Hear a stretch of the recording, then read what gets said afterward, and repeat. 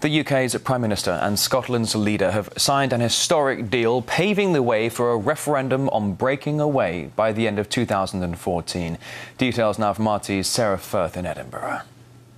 Prime Minister David Cameron met here in Edinburgh today with First Minister Salmond. They signed that memorandum of understanding ahead of the referendum for Scotland's independence that will be held in the autumn of 2014. Now, that's going to focus around a single question. As the Prime Minister said today, at that time, the biggest question of all will be settled: a separate Scotland or a united kingdom. Now, this has been years in the coming, lots of lots of consultations, but now all sides are going to be able to go forward, and they're going to be wanting to set forth their arguments to the Scottish public about whether or not Scotland should indeed be independent. The polls often put around a third, a quarter of people actually for independence, but you know, it really is 2 years until that actual vote will be held. It's an incredibly turbulent economic climate at the moment.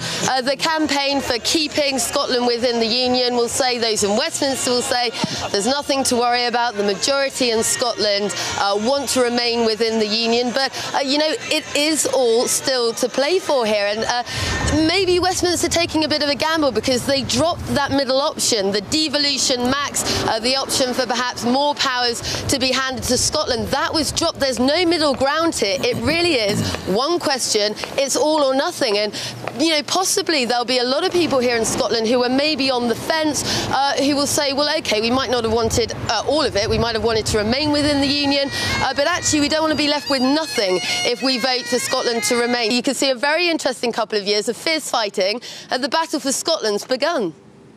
All right, let's discuss this further here on RT with Euro MP Alan Smith from the Scottish National Party, joining us now live from Brussels. Good to see you today. Thanks for coming on the programme.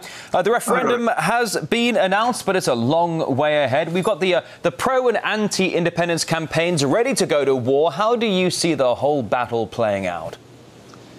Well, the main thing to get across to your viewers is that nobody's going to war and nobody's having a battle. This is an energising discussion about the future of Scotland and how best we can interact with the modern world.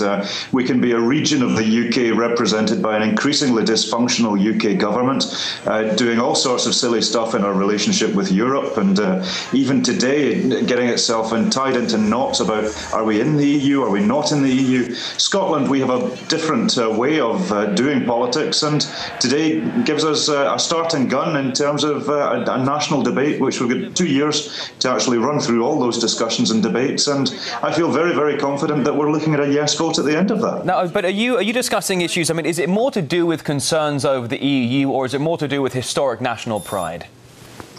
It's a variety of lots of different things, and without our history we wouldn't be the nation we are today. But it's not about things in the past, it's about the future.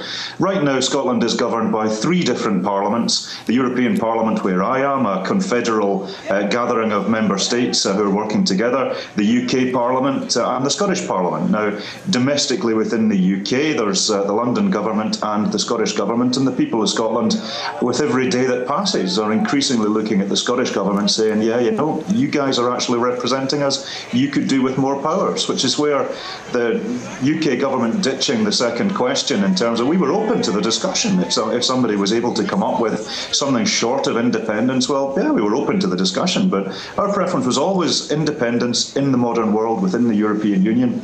The other parties were not able to come up with anything to actually intellectually counter that. So you've got the bizarre proposition of it's independence or the status quo. So the status quo is not working for Scotland. We could do better as a direct democracy of 5 and a bit million people within the European Union. Look at Denmark, look at Sweden, look at all the countries. I mean, you say you can do better. You say you can do better with an independent Scotland. Of course, as you said a moment ago, this is all about the future of Scotland. But do you truly think that Scotland will be able to support itself on its own?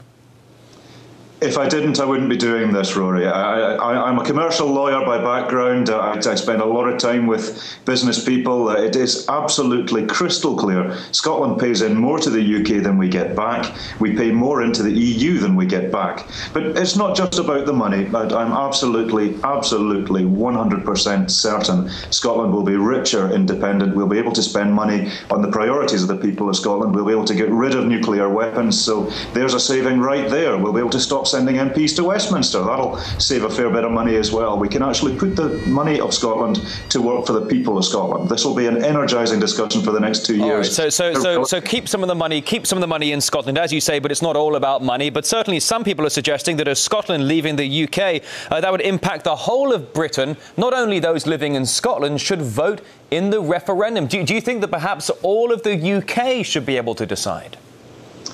Well, no, because the people who care most about the future of Scotland are the people who live in Scotland, which is, it fits with our definition of nationalism, that you are Scottish if you live in Scotland, full stop, we don't get into any other discussions. Equally, that means that, well, goodness, my parents are living in Kuwait at the moment, so that means they're not Scots at the moment, so I suspect they'll be moving back to Scotland fairly soon to make sure they can vote. But it's quite clear that the people of Scotland care most about the future of Scotland, so to extend the franchise to anywhere other than Scotland would be pretty counterintuitive. Alan Smith, a Euro MP from the Scottish National Party. Thanks for joining us on RT today. A pleasure. Nice to see you.